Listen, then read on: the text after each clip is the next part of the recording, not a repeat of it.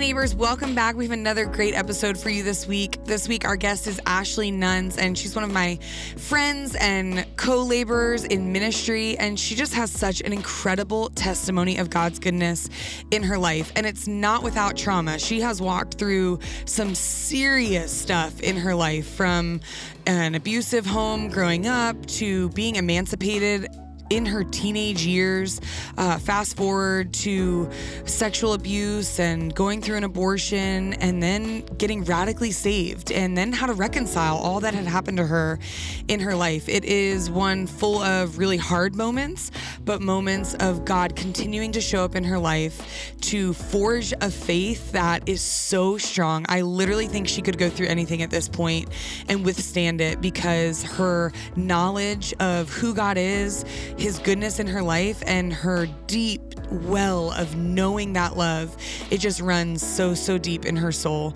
She is such a life-giving person, and I know you're going to be encouraged by all the things she has to say. So here it is, my conversation with Ashley. Ashley, welcome to the Neighbors Podcast. Thanks for having me, Allie. I'm so glad you're here. You've been such a champion of me and this podcast since it was this little idea in my head so many years ago. And I don't think you probably don't even realize how much your words have meant to me over the years. You are constantly just at the right moment when I'm about to be like, and we're done here. You slide in with a little text, or I see you in a meeting or something, and you encourage me, and it really matters. So thanks. And now you get to be on here. We get to talk about you and your story. This is so exciting. It's so exciting. And I just want everybody to know, this is what I love about you so much, is only a couple days ago, which I've thought about, and we've talked, like, you're going to be on the Neighbors Podcast. We've talked about it before, but not super seriously. And then we're in a meeting 2 days ago together, and I'm just staring at you, and you're leading this meeting so wonderfully. And I just felt the Holy Spirit be like, you got to ask her to be on the podcast this Friday. So I said, afterwards, hey, Ashley, do you want to be on the Neighbors Podcast and tell your story this Friday? And you were like, yeah, let's do it. I have nothing going on. So thank you for being here. Of course. Okay. I feel like you are always doing cool things that are they're not what everybody else is always doing. You're always trying to pave your own way, go on your own hiking trip, or I don't know, drink a coffee no one's drinking or something. And so fall is upon us, even though in Florida it doesn't really feel like it, but it's upon us, which means fall flavors are upon us. Is there a fall flavor that you are excited about, or is there one that is really popular and you judge people for? Judge, not judge. You know? Gosh, I don't know. I'm not a summer or spring girl. Like, if it's and like pistachio, I'm out. Like, it's just not interesting. But no, I just want to actually skip fall and go straight to peppermint season. Oh, we don't like any fall flavors. That's a hot take for sure. I'll do it. And I like the coziness of it, but I'm not like, man, I'm craving this. Like, I want the aesthetic, but I don't want the drink. Interesting. You know? Okay. Whereas Christmas flavors like peppermints, love. Okay. So pumpkin doesn't really do anything for you? Not really. What about like a pumpkin loaf? Oh yeah, that'll do something for me. Okay. Yeah. I mean, I eat pumpkin loaf year round. I was gonna say, so it's hard. I eat it all year. So, I know. But there is something about September that immediately, it was like on August 31st, I didn't care about fall flavors. And then September 2nd, I realized it was September. And I was like, I'm craving a pumpkin latte. And then I got one 2 days ago in our meeting because I was like, I need to say I'm craving a pumpkin latte, but I was like, September 1st, boots. I was like, fall clothes Look at our boots. We got the boots. September boots. Summer clothes are out. Even though it's 105 degrees outside in Florida. That's fine. There's air conditioning. I wore a sweatshirt 20 minutes ago. Why? It's so hot out. I keep my house at 68, so it can be fall all year. So that you have to wear a sweatshirt inside. Yeah. No, that's horrible. I don't think that at all. I do love summer. However, there are 2 months, July and August in Florida, I don't like. And I will take May and June. I could take all year in May and June. Mm-hmm. But yeah, when it gets July and August and you're like swimming through the air, it's too much. My friend says she has seasonal depression in July and August and not January and February. Stop. Like they have it up north. Because you can't go outside, I know. Yeah, so we get it in the summers, our seasonal depression. There was a church visiting our church this week from Alaska. Yeah. And I was meeting with them and I'm like, so what do you guys think of this weather? And they're like, this is horrible. And I said, well, you chose to come to Florida in August. Like, you made that choice. But no one told them. You know? I guess you're right. No one told them. It was our fault. I know. And then I was like, well, that would be like us coming to Alaska in January. Mm-hmm. It's just not a good idea. Anyway, okay. No. We digress. Okay. So I love your story and your vulnerability to share it and what you've learned about it. You are easily one of the most surrendered people that I know. And when we talk about what meekness means, of meek like a horse, a bit in the mouth of a horse, where when the rider turns the reins, the horse follows in that direction. That is you. I feel like you are very in tune with where God's leading, trying to be obedient, trying to just do what he's telling you to do. And life has definitely thrown some mountains your way. I mean, you've walked through really hard stuff. If you take even one of the things that you've walked through, that would be enough for anybody to have a story to tell. And you've walked through many things. And so I just appreciate your willingness to come and share. So tell us a little bit about what your life looked like growing up, all the things, pre-Jesus. Yeah, so I grew up north, and I kind of grew up from the outside looking in. It was just really seemed like I had a picture perfect life. Like, you know, I was top of my class and was lettered in a few sports and just had really great friends and all of these things. And but behind the scenes, my life was a mess. And so I just came from a really, really broken family. And so when I was like 15, 16, I confided in a coach and a school counselor kind of what was going on behind the scenes. And shortly thereafter, CPS was called, and I ran away from home, and I never really looked back. And so that kind of set for me a series of events. So I lived kind of from house to house for a few months, and then ended up leaving the suburbs and ended up in the inner city, and I was living in a homeless shelter for kids. And what's really interesting is that is really only supposed to be temporary. Most kids are there for 3 days before they're on to whatever's next. And I think I was there for 2 days, and the woman, the director, she saw an encounter I had with my parents, and she said, I'm not sending her home. Wow.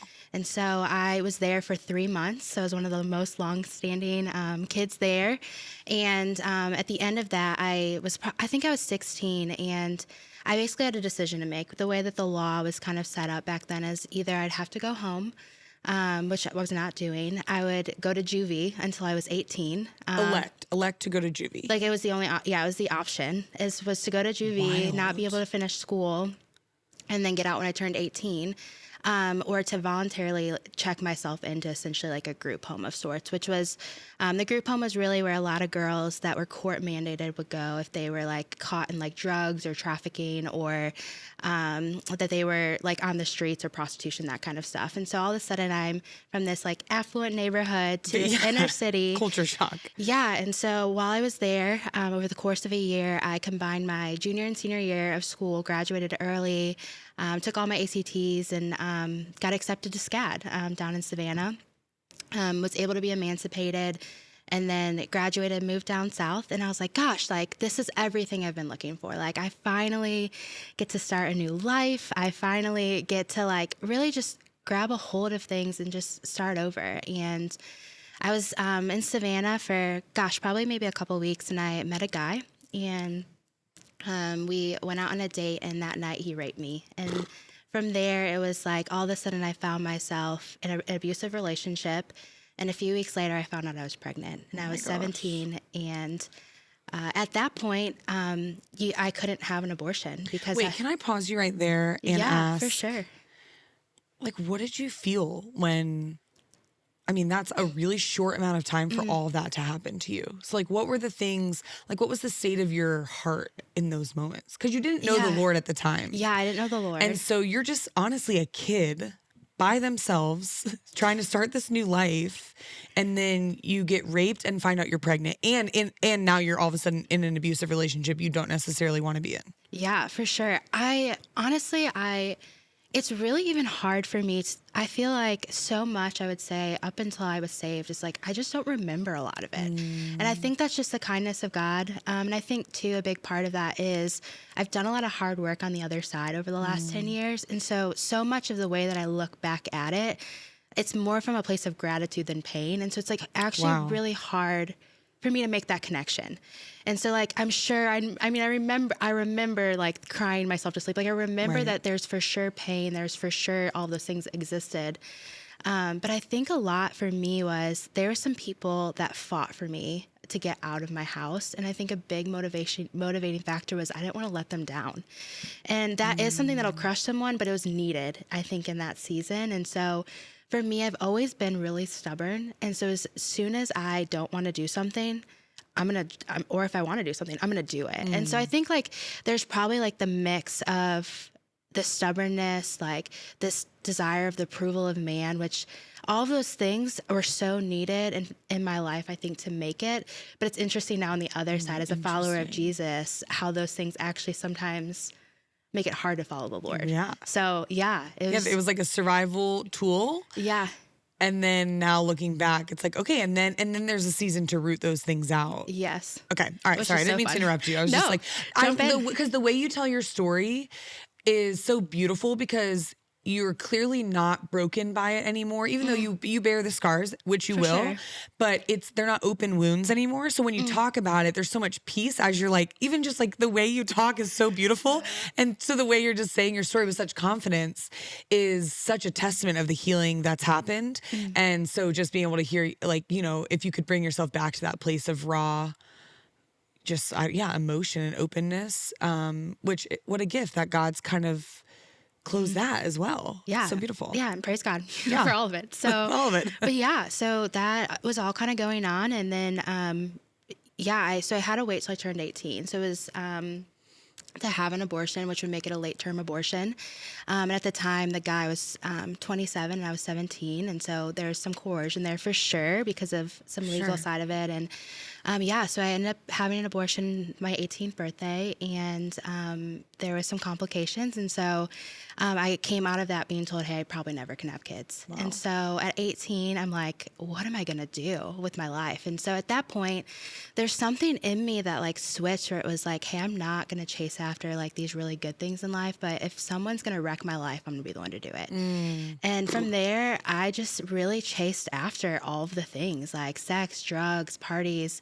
It's like I just compartmentalized my life. I learned how to do that as a kid. And so it's like during the day, I kept my scholarship, and at night, I was hanging out with the drug dealers and dating the owner of the strip club and doing all the things. And so it's just living this like dual life. And eventually that came to a place, and I got into an accident drinking and driving when I turned 20. And that was, for me, kind of the first time that I don't remember anything still to this day. I don't remember the accident, but I remember waking up the next day thinking, there's got to be more to life. It doesn't make sense that I am okay. It doesn't make sense that I'm not in jail. It doesn't make sense that like, none of this makes sense. There has to be something more that is like organizing in like this world than just like what I can see. And so, that was kind of for me the thing that put me on a path to coming to know the Lord. So, and when we've talked about your story before, the situation when you were dating the owner of the strip club, you were kind of being groomed, right, to become a dancer. For sure, yeah. So it's crazy because now I'm 10 years removed, and so I have some language to wrap around what was happening at the time. But so my friends and I were kind of like recruited, and there's a few of us, and so for sure we were being groomed. I think for me, because of who I was dating, I wasn't put in some of the situations they were. And so, I can look back on that season. I have some friends that this is now their life, and they are, 15 years later, this is what they're doing. I've had some friends that have passed away and have OD'd. I've had some friends that have been trafficked. And so I feel like I kind of saw it all, and just I can look back, and for some reason, the Lord decided that wasn't the path that I was going to walk. Like there's some protection that he had over me, and I don't understand Before you why. even knew him. Isn't that crazy that he does that? Yeah. It's like when you look back at all of the ways that the Lord is like orchestrating, and just like the common grace of God. just that the common grace of God is that in certain moments, there's certain things that he'd protect me from that I didn't even know. Wow. So yeah, for sure. Did you know anything about God at that time? Like, had your family ever talked about him? Did you know about Jesus? Anything? No. So I grew up north, and it's just not a thing. And Okay. so for me, I'm like kind of a really weird as an American. I had no positive or negative experience as it related to Jesus or the church. I guess my concept of what religion was like, oh, there's some really beautiful church buildings on the corner. And sometimes people get married in churches. Like that was Fair. That was or like they have their funerals in churches. But that was like the extent that I had of any sort of like foundation. So I never questioned, like, I think back when I was young and I'm like, when I die, like what'll happen? I'm like, I'll just get buried in the dirt and that's the it. Like that was just, I never had a knowledge or an understanding or even like questioned.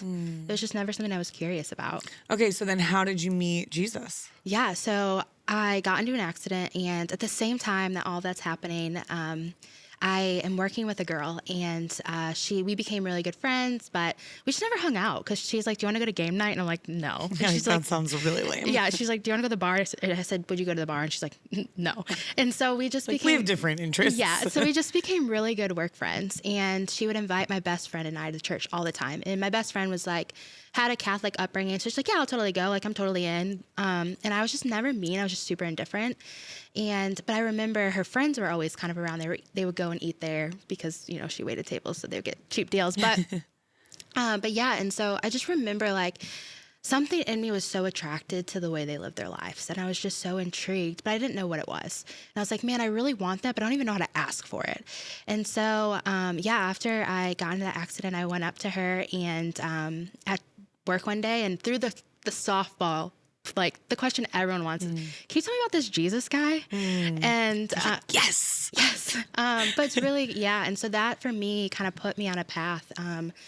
So she invited me to church, and that friend group. So it's really neat. Now I know the other side of the story. It's like I was the one more. I was the one that they were all praying to come to the Lord. Wow. I was the one of the two friends that they thought would never actually do it, which is really funny how that works out. But yeah, I went to church for the first time, and I just remember walking in, and I didn't have words then, but now I can articulate that, gosh, it was the spirit of, like, I just felt the spirit of God when I walked in and experienced church for the first time. And I was like, and I knew that there was something more, and I just wanted it, but I didn't know how to ask. Like, I just didn't. And so over the course of probably about 6 months, they just invited me into their lives. I had a mentor that discipled me that I didn't even know, like I was discipled into faith, honestly. Which you didn't even know that was happening. Yeah, I didn't even know it was happening. And they just really just invited me into their lives. And then I went on a mission trip with them, which was just so funny to think about as a non-believer. Sure. And, or I was a non-believer. And on that trip, I just remember coming to this place and being like, I was sitting alone, and I just said, God, like, I'm willing to believe, and like, I want to follow you, but I don't even know what that means. Like because at the time I was going from person to person. I'm like, what does it mean that Jesus died for my sins? Like I could not comprehend what that meant because I never experienced an earthly picture of sacrifice. And so I'm like, why does it matter? Like, what is that? And so I would go from person to person, like the smartest of the smartest, and it just didn't work. And then all of a sudden, I just had that moment with the Lord, went on about my day, and then that night, it was like for the first time I understood. Wow. Like I understood who God was. I understood the gospel. I understood like the weight of my sin. Because at first I was like, why does it matter that I sin? Like, why does that matter? Like, what if you, like I couldn't comprehend it. And I understood the weight, but I also understood the grace of God. And that for me was like the moment, which is so funny. I'm the worst evangelist because I didn't want to tell anyone I was saved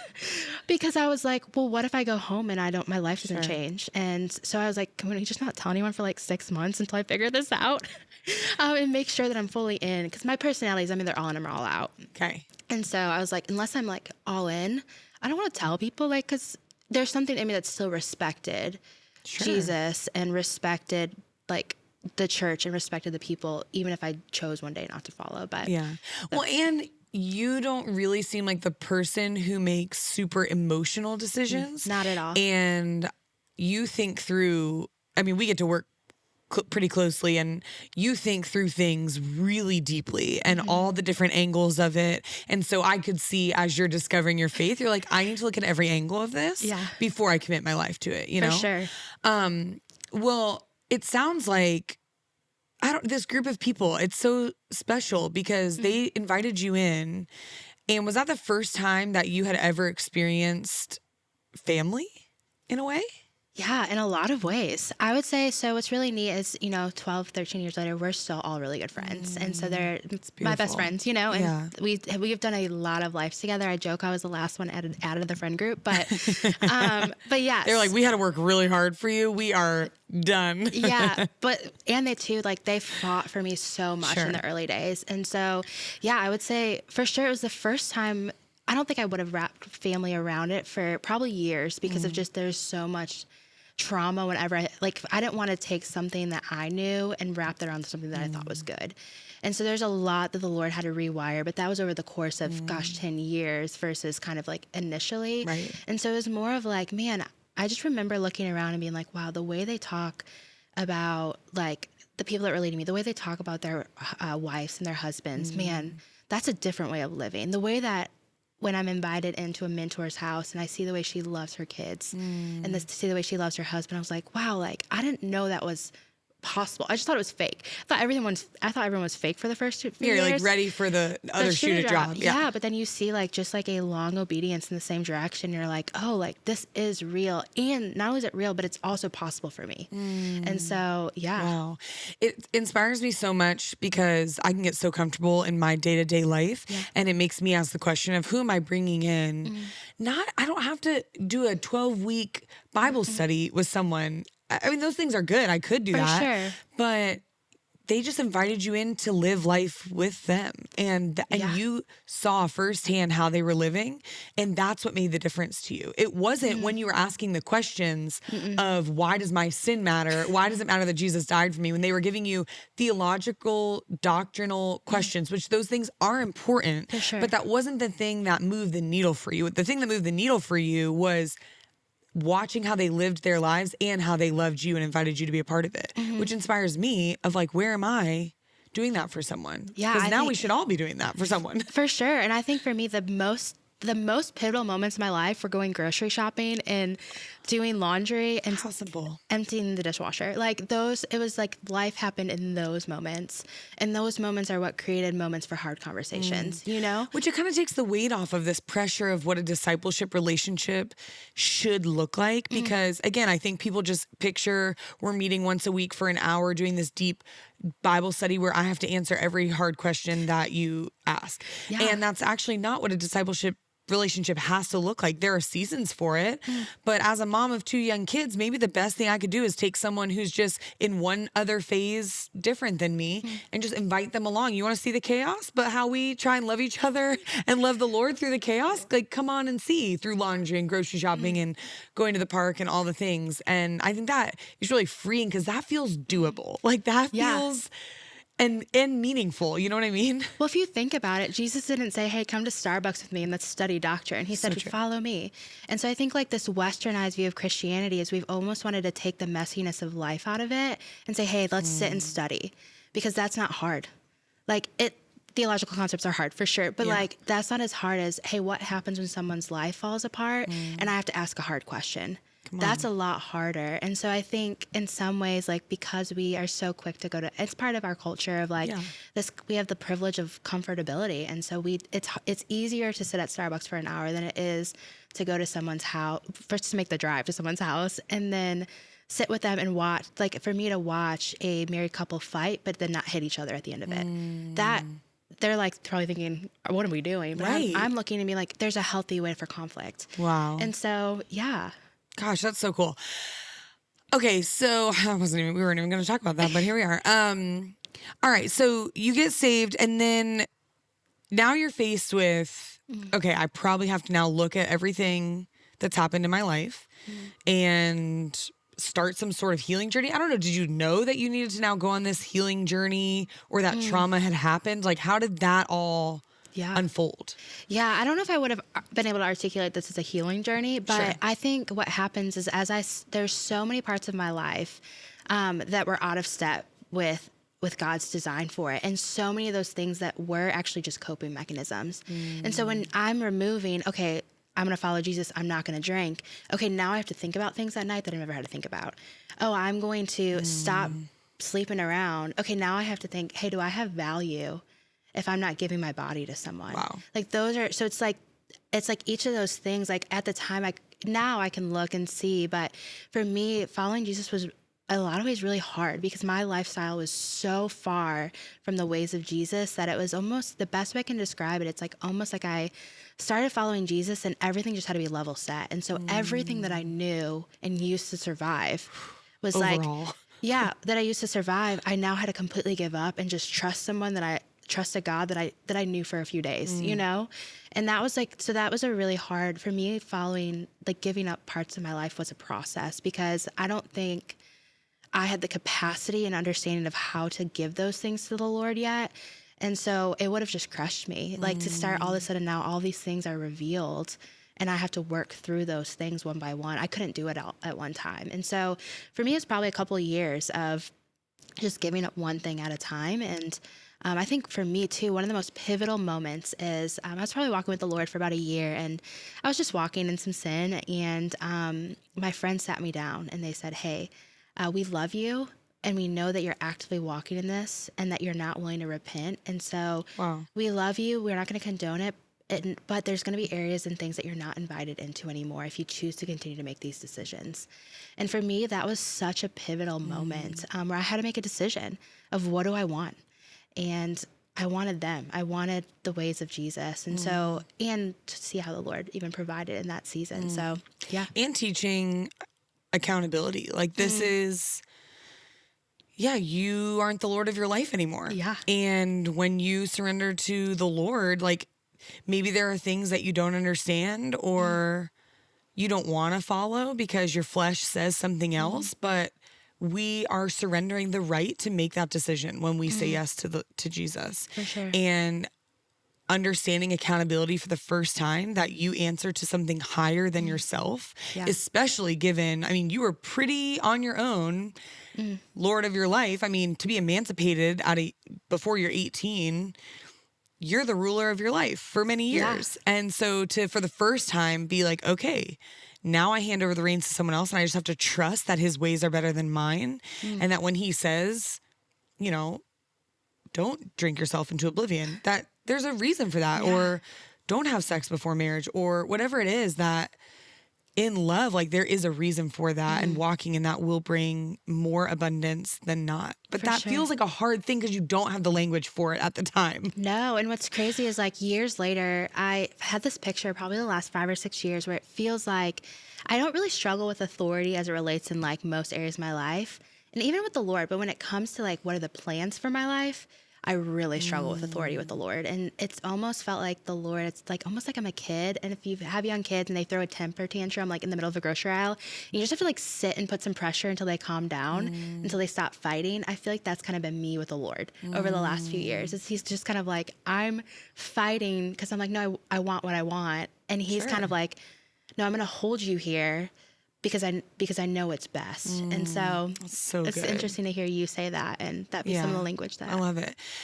Okay. So as you're on this now journey of, okay, Lord, like what are the areas of my life I need to evaluate, specifically when it comes to getting an abortion? I mean, there's so much soul wrapped in that. And I mean, we've spoken about abortion with each other before, and it can be such an area of shame for a woman because of the strong, I mean, political, every kind of feeling. People are so polarizing in their feelings, which then can isolate the women who have gotten abortions. For sure. No matter what their story is, it can easily isolate them or put them in a place where they feel beat up or full of shame. And one thing I love about our church is we're trying to be a haven for those women and declare life over them while also still fighting for life of the unborn. But we don't want to beat them up, or we want to bring them into the light out of shame. And so it's hard for a lot of women to talk about their experiences. So I appreciate how open you are with being willing to talk about it, because it is such a hard and sensitive thing for a lot of people. So I would love if you could share just what your journey was like walking through some of that healing, and then some encouragement you would have for women who maybe haven't started that journey. Yeah, for sure. So I think I have an interesting take on it. So for me, after I had an abortion, one, it was like, I am the story that everyone uses, of, hey, because this happened, you should have the choice to do this. I am in that 2%. And so for me, I was pretty open about it with a lot of my friends. Like I never carried, not that I didn't carry it alone, but it was never hidden. And so I didn't carry shame because it was never hidden. And then, that's good. but once I started walking with the Lord, I realized, and I started getting in community with believers, I didn't carry shame until I became a Christian because of the way people responded. And so that's actually like the true healing didn't really come. I mean, I'm sure that was all wrapped in, and I was just trying to reconcile as a kid. But now, like for me, a lot of it has come, and I don't know. I have like a couple thoughts. One is, it's interesting. The world's selling this picture, this idea that like your body, your choice, some form of that. And what's really interesting is if you look at statistics, I just looked it up the other day because I was interested, but 82% of women have either been sexually assaulted, sexually harassed, or have been raped. That means 3 out of 4 women, 3 out of 4, Wild, have experienced some form of not having a choice. And so it makes sense that those things are connected. Right. And so like oftentimes we want to yell at the problem and forget, hey, what led someone into a position where this would happen? And that doesn't count for all the things, but we often want to attack the fruit of the thing. We want to attack abortion and not the actual root of the reality that something was taken that wasn't theirs. And no one wants to address that because that's the hard thing to address. It's easier to throw a sign at something than it is to walk along and disciple young boys and girls as they try to figure out their identity. Sure. And so I think there's that side of it. And then for me, I always not wrestled, maybe that's not the right word, but I always felt the weight of the decision. So not shame, but I always felt the weightiness of it. And I never understood why it felt so weighty. But as I've walked with the Lord, what I've realized, and I know this to be true, is that only God is the giver and taker of life. And so when I put myself in a position to step into a role that I was not created to step into, I am now carrying a weight that I was never designed to carry. Wow, and good. So I think that that's kind of the perspective that I've really have walked through healing in as I've like shared and opened up and figured out how to navigate it specifically within the Christian context. Is one, like, realizing that it's not about the weight of the thing that you're holding, it's about how tight you're holding it. And so what I have learned is the more and more I give my story away, the more and more freedom there is. And so if I'm holding on to it like this is mine and I'm going to white knuckle it and not give it over to the Lord and continue to like choose to sit in shame and hiddenness and darkness and allow and give space for the enemy to move in that and to speak death over that and not bring it to the light, like, that's on me. And only I can make, it's like comes down to choice. Only I can make the choice to give it away. Only I can make the choice to sit across from someone and say, hey, me too. And can I tell you about the goodness of God? Yeah, amen. And so I think we say a lot in our church recently. Pastor Joby's been saying, you can't be free until you learn to be honest. And so I think this area is not excluded from there. It may be more painful. It may be more identity wrapping. It's definitely, there's a lot, and there's a wide variety of ranges of, I'm speaking for me, I can't speak for all women, and I can't carry the burden to speak for all women, but I think for me, so much of the healing process has been giving it away. And what's really neat is I was really good friends with a girl before I met the Lord, and when I started following Jesus, she was kind of going one way, we were going another, and she called me maybe 3 years into following the Lord, and we had coffee or lunch or something, we hung out, and she basically was like throwing her life away, and the root of it was she had an abortion. And I just remembered like talking with her and just sitting and honestly weeping and just saying, hey, I'm so sorry that you were put in a position where you had to make this choice. And like, I just want to let you know there's freedom available for you, and can I just tell you what it's looked like for me? And just kind of shared, and we left it and didn't think anything of it. And a couple weeks later, she calls me, or she texts me and says, hey, can I tell you something? I said, yeah. She's like, I've surrendered my life to the Lord. Wow. And she said, I'm getting baptized. Will you come? And I was like, yeah, like, where is it? Turns out it's at the church that I'm working at another campus. And so just like the full picture of like redemption of like me and her were once living a life. And what's crazy is when I first met the Lord and was following him, my biggest, like, obstacle is that the Lord would choose to save me and not her because she was a better person. And I just wrestled with like, why me and why not her? And then to see full circle years later, I'm on staff at a church. She's surrendering to the Lord, and now she's getting baptized. Like, Right. only the Lord can orchestrate Sure. something that beautiful. And so, how can I sit in shame when I know not that it's because of me, but if I were to be choosing to sit in shame, I would have missed out on that. So true. And so the Lord would have saved her by whatever way possible, but he invited me into that. And if I was choosing to walk in a place of shame and choosing to carry that burden of unforgiveness, I wouldn't have experienced the joy that was available. And so, yeah, I think for me, the biggest thing is the healing process is learning how to give it away. I love that because, and even what you said, whether it's talking about abortion or any other area that can feel weighty, you put it in such wise words. If we're carrying a weight that only the Lord is meant to carry, we are going to feel burdened. We will feel weighted down. Like with shame specifically, I always say shame is like a boulder in a backpack that you just keep putting on. And we're just not meant to carry that backpack. And I think a lot of people can experience like trying to surrender shame, and they take the boulder out of the backpack and they lay it on the altar and they walk out.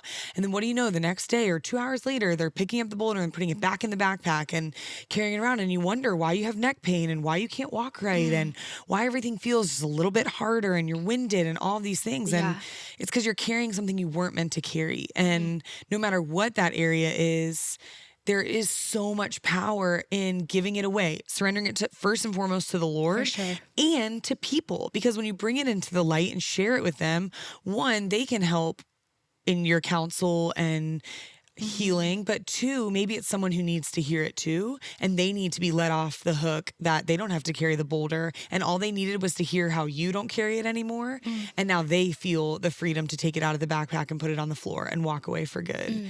And there's just so much power in that. It's so beautiful. Okay, whew. So you said this to me, and I just love how you worded it. And so I put it in question form.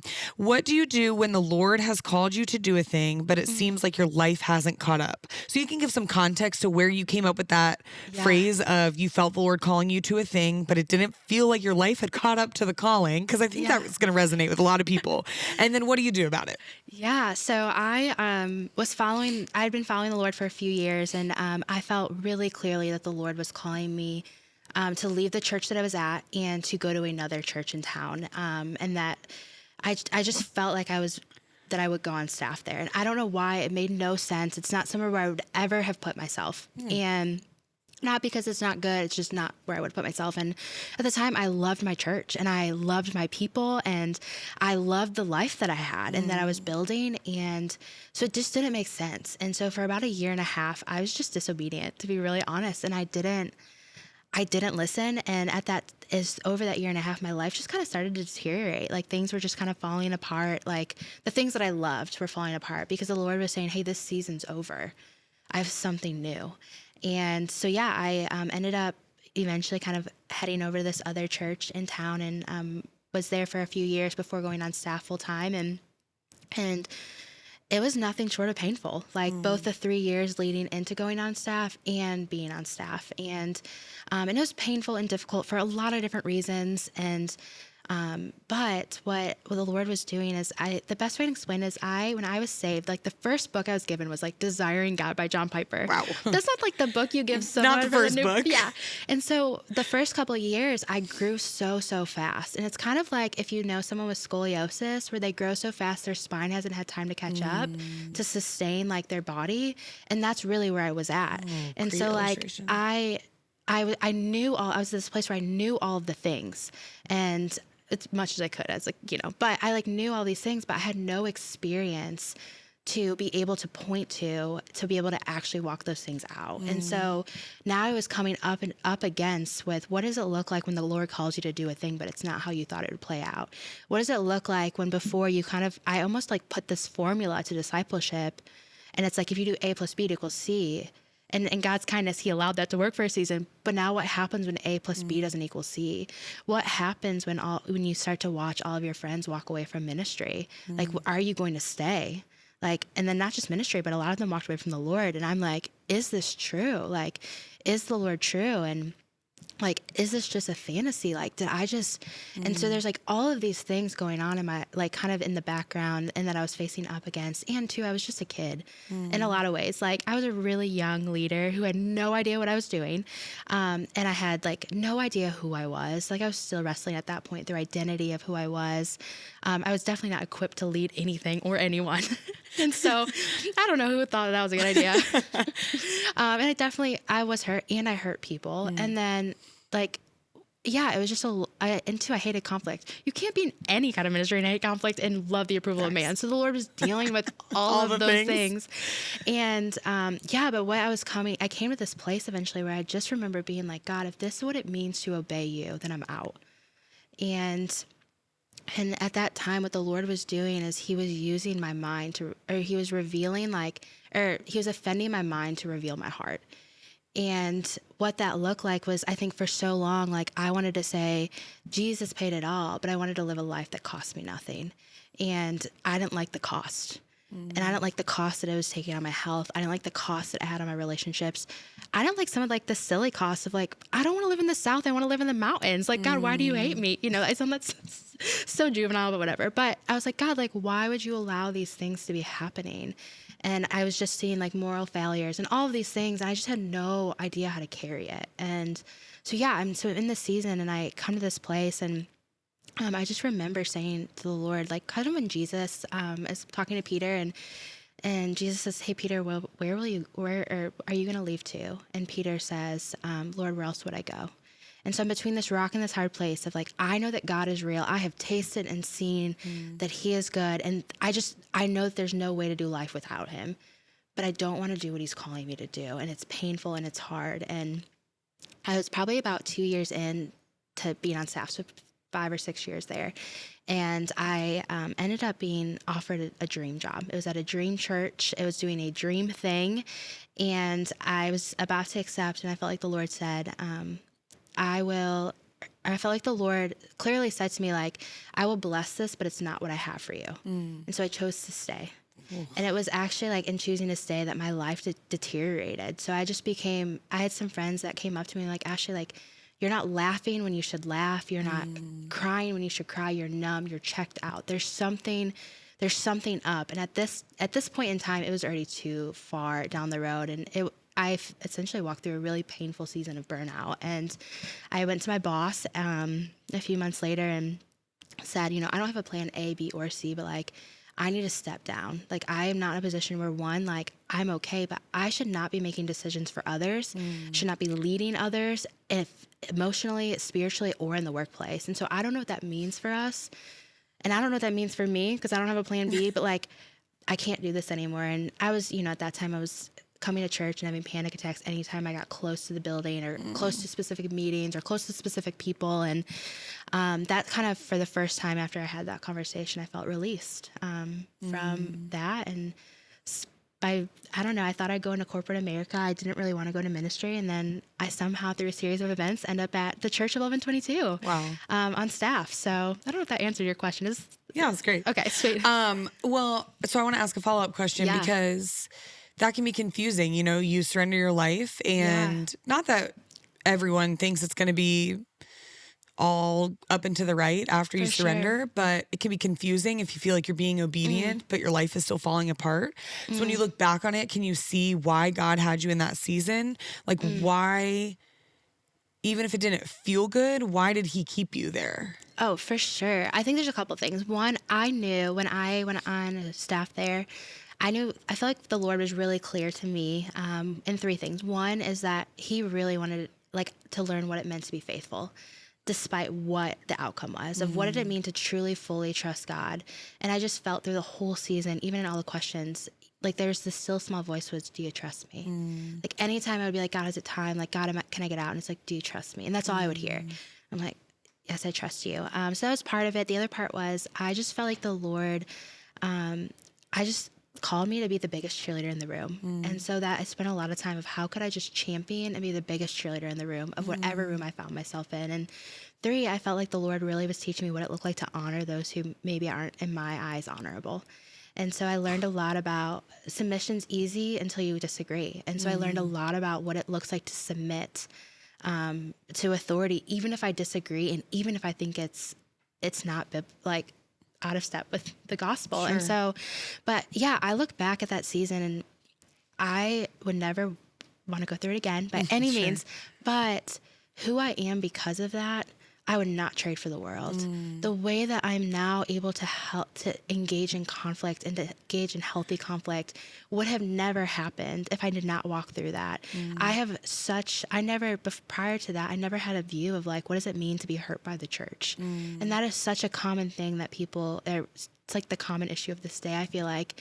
And now I get to sit across from tables and say, hey, you know what? I've walked through some things too. And can I just tell you about the goodness of God and that he is still moving and he is worthy and like don't give up. Like there is another side. Yeah. And so like he gave me another part that I get to share with people and give away. I think that's a big part of it. And so much about my identity. Like I needed to learn what it meant to know who I was in the Lord despite what was being said over me.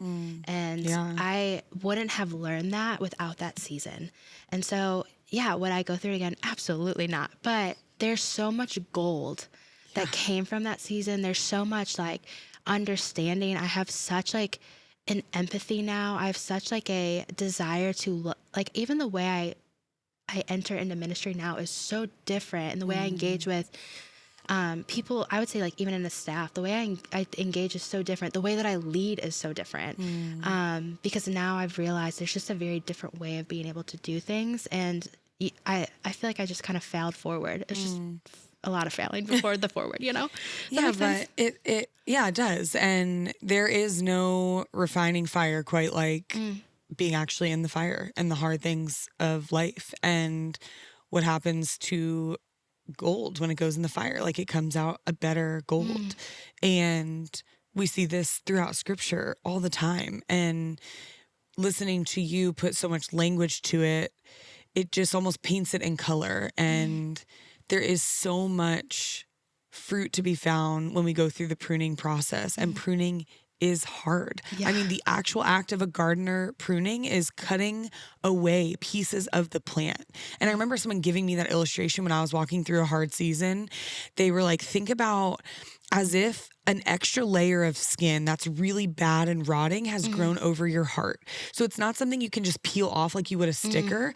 A surgeon has to go in and cut away at this gross, nasty, growing thing that's blocking your heart from being all that it wants to be. And this is painful. Like it's cutting away an actual part of your body, not just a fake part or not just taking off a shirt and putting on a new shirt.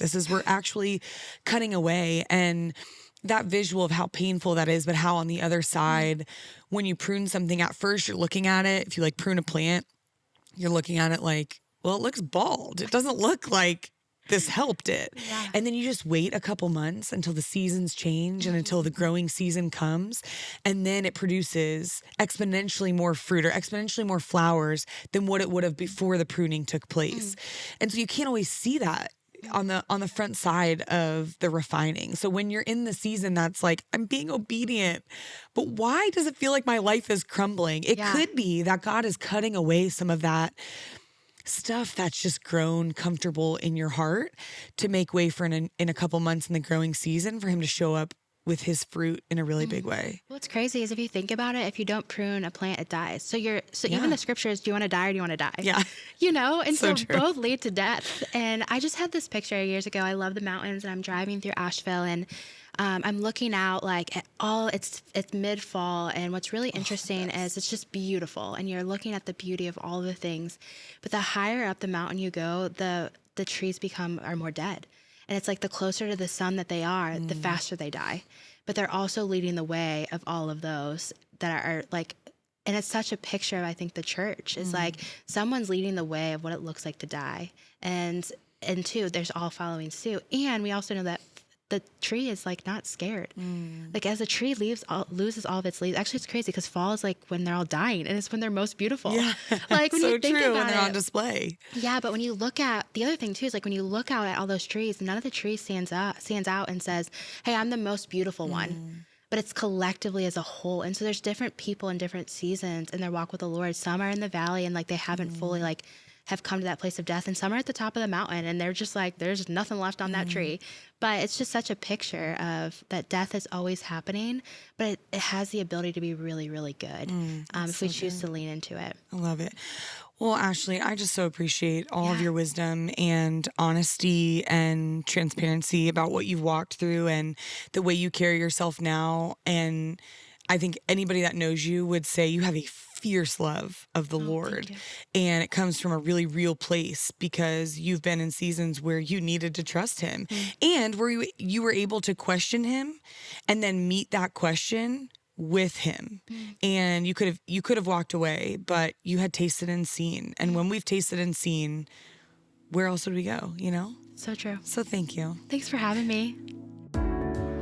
Neighbors is produced by Logger Creative and Taylor Minning. Music by Austin and Lindsay Adamak. Artwork by Wesley Parsons. And motion graphics by Robbie Burns. Living to love like, I'm living to love like you have loved me. You show me brighter days, new mercies every morning. You never shy away to tell me that you're for me. How could I repay this? Whatever can I do but offer up this life like there's nothing left to lose? I'm living to love like, I'm living to love like you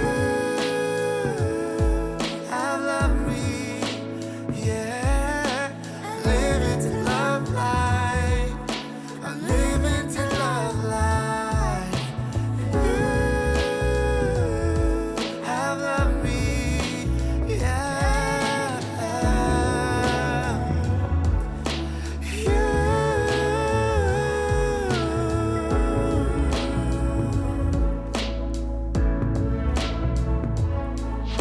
I'm living to love like, I'm living